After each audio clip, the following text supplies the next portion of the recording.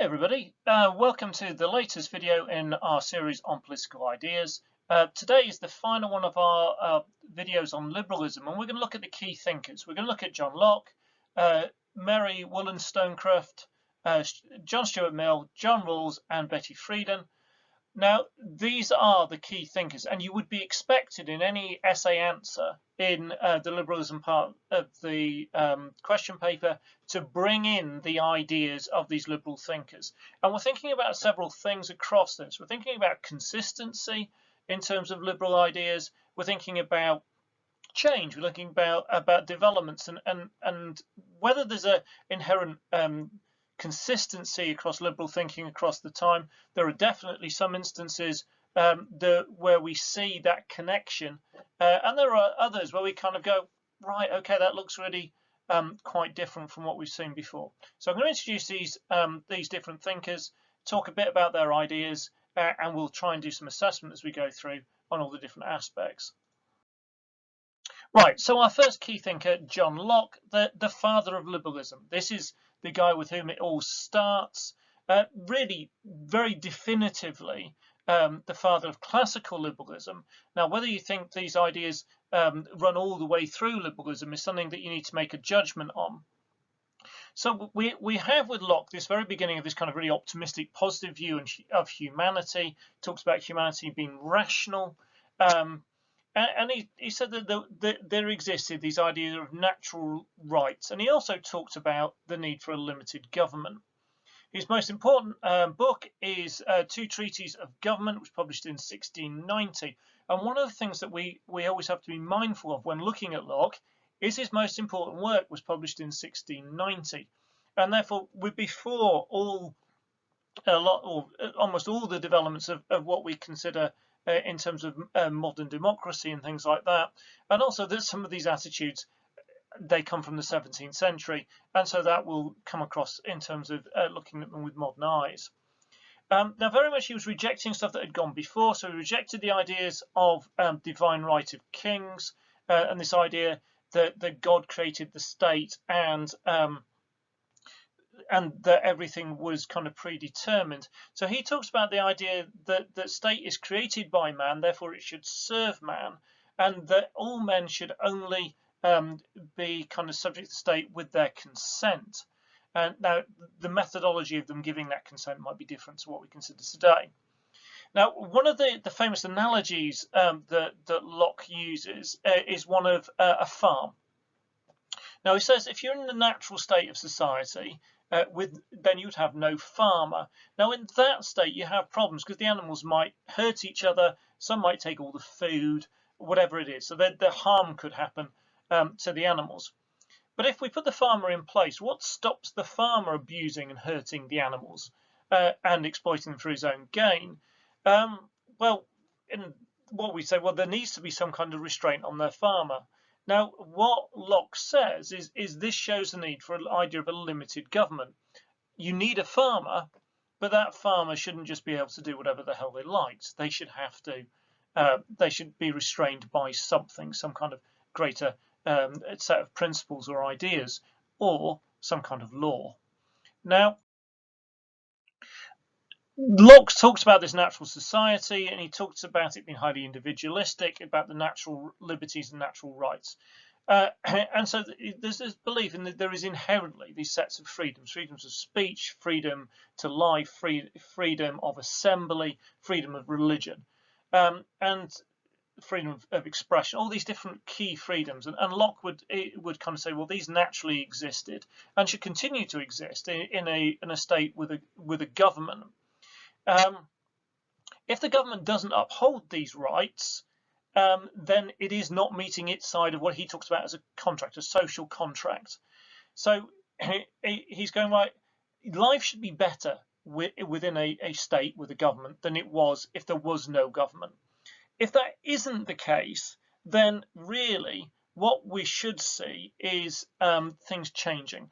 We should see a revolution, maybe, or a change in government, a removal of that government, so that a state can be put in place where the government does respect everyone's natural rights and makes their lives better than it would be if there was no government. Now, he believed in some key principles that we still see. He believed in religious tolerance. He believed in separation of powers, the idea about splitting executive and legislature, and this idea of a separate judiciary that we see, for example, in the American Constitution. He did believe in religious tolerance, but not for atheists. He didn't really believe in democracy as we would know it, and it's very unclear whether he believed in the equality of men and women. But as I say, we are going back to 1690. But really, the foundation of liberalism comes from Locke. Right, really interesting kind of early version of feminism comes from Mary Wollstonecraft. And she talked about the fact that women were just as rational as men, and therefore there needed to be a form of formal equality, which would make it the case that women and men had the same sets of rights. She challenged the view of the time, the orthodoxy of the time, which said that women were less rational than men, and therefore it was justified for them to have fewer rights. Now, she really is ahead of her time, because she's making these arguments in the 18th century, and we don't see kind of that kind of formal equality really coming in until the 20th century in most countries. Another kind of little tidbit, extra bit of information. She was actually the mother of Mary Shelley, the author of Frankenstein. Her key text was a vindication of the rights of women, and in this she set out. Now, what she talked about, and again, this is a key liberal idea, is about the potential for humanity to improve. And she said, well, actually, the potential for women is being curtailed because they aren't getting the same opportunities. So what they need is they need those same opportunities. They need things like education, and she said education is absolutely key. And they also need legal protections, the same ones that men get. And they should then be able to choose. And liberalism goes back to this basic idea of choice. If they want a career, they should be able to have a career. If they want to be wives and mothers, then they should be allowed to be wives and mothers. And so what she's saying, what is wrong at that point in time, is that women didn't have that choice. And the two things weren't seen as being of equal value. She also talks about tyranny, and she talks about tyranny in marriage. And she said marriage should be between two equal partners. And if it wasn't, you had tyranny when one person's will was being imposed on another. And tyranny within a marriage is just as wrong as tyranny by a state. So if liberals don't believe in tyranny by a state, they shouldn't believe of tyranny of husband over wife. Showing her kind of her wider liberal credentials, we see these ideas with her support of both the American and French revolutions. And this idea of the constitutions as being set up as defending individual rights. But where she stressed where America and France didn't go all the way is that these rights should be for women as well as men. Right, our next key thinker is John Stuart Mill.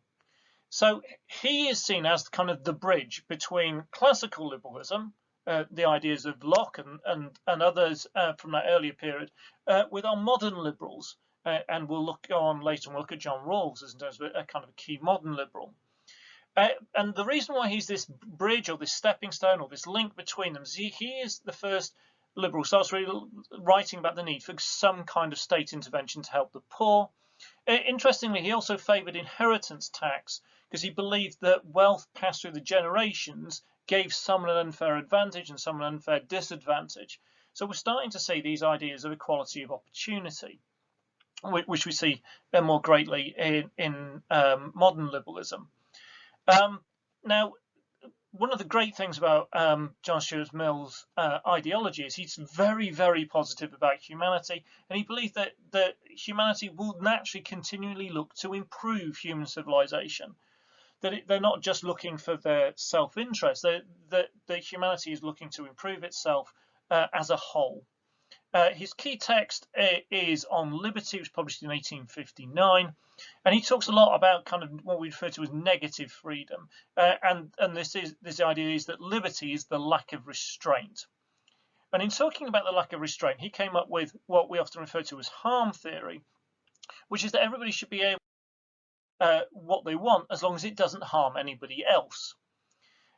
He also talked about tolerance, another key liberal idea, but he was worried about the tolerance of the minority view. What he's saying is people who don't agree with everybody else should be tolerated, they should be accepted.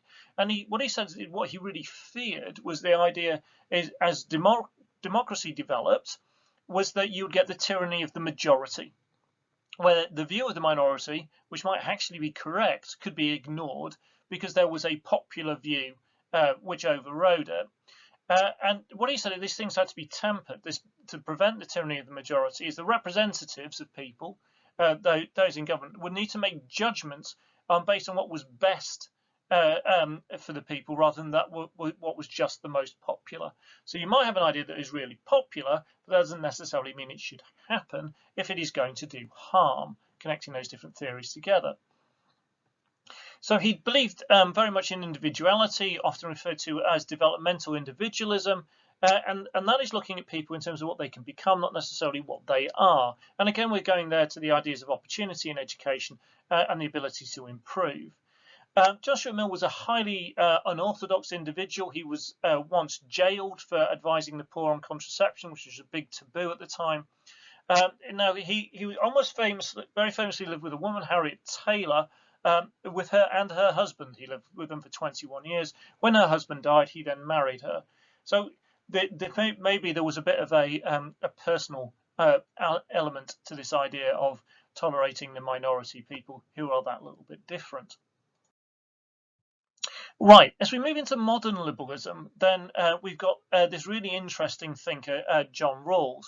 Now, there is some controversy in terms of John Rawls' arguments, because a lot of what he said, particularly in the country of his birth, America, can be seen to come from a different ideological thread, the one of socialism.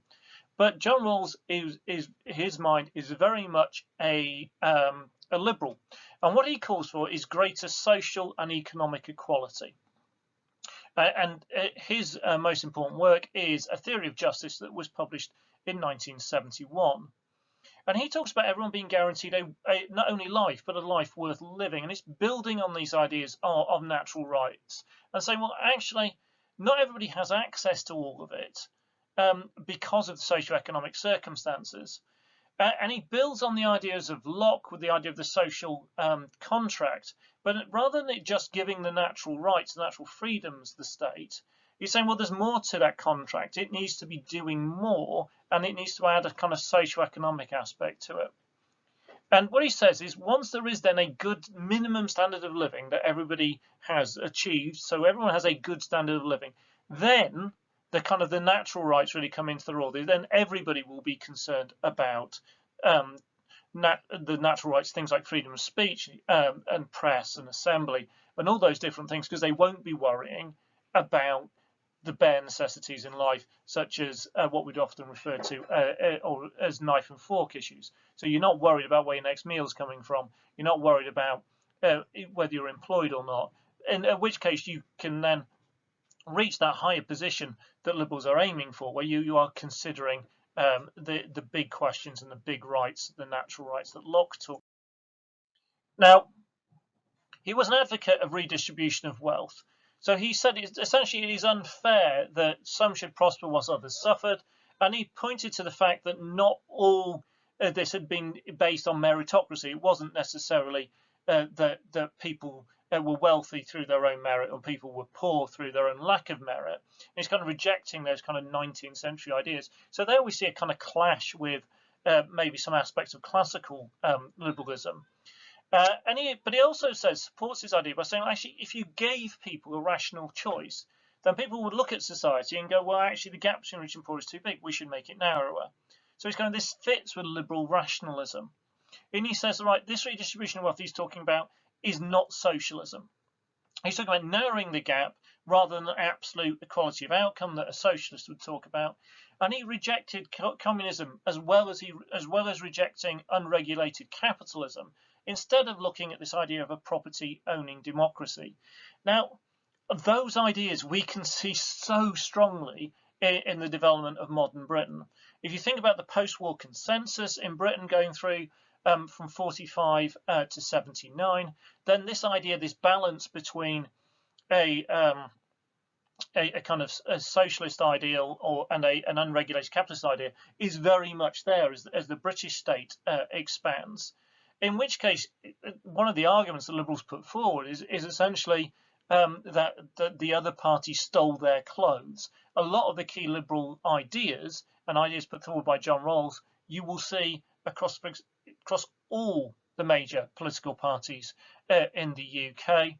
Now, the argument is maybe slightly different in America, where he's very much more controversial in terms of whether he is socialist or not. Now, we might well see that differently in the UK. Right. Our next thinker is Betty Friedan. Again, a feminist thinker with a kind of really key liberal attitude in terms of her ideology. Her most important text is The Feminine Mystique, published in 1963, and she was arguing that essentially that society was holding women back. And essentially what was happening was there was getting inbuilt beliefs about women and the type of work that they could do and their position in society, and that was oppressing women in the same way as laws were oppressing women. And so she pushed for the government to actually properly use anti-discrimination laws, and she did this through an organisation she created, the National Organisation for Women. So she's a really important ideological thinker, but also a really, really important campaigner. So these social attitudes and socialisation, she argued, created women to move towards becoming housewives, wives, and mothers, rather than going into work. And she said it's the socialisation, the social attitudes, not biology, that is responsible for that. And she talks about the fact this came through cultural channels such as schools, the media, organised religion. And this created a kind of cultural conditioning which convinced women not to strive and reach their full potential. Now, this, she argued, had to be changed, but she said, right, the changes that we should seek should not be done through violence. They should not be through breaking the law, in which case she's rejecting some of the really radical feminism that was around at the same time. And she very strongly supported the kind of liberal institutions and also the liberal ideas about improvement of humanity and that things can get better. So she's saying it's not necessarily the case that there is always going to be a patriarchy and the system is such that women will always be undermined. She's saying we can change the system, we can improve the system, and essentially the system is liberal and what is in place should be able to work in our favour. Very much like Mary Wollstonecraft, she argues that there was no particular reason why women should make one choice or another, but they should be able to choose. So she saw the ability having a career as being equal to the more traditional role as being wife as mother.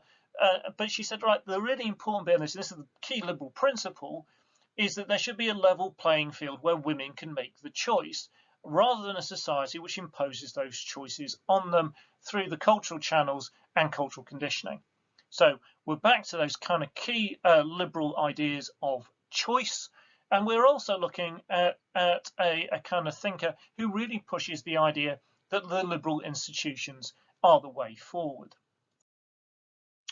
Right, thank you very much for watching. Please don't forget to like, to comment, to subscribe. There are polls. You see the little eye in that top corner. You can respond to those.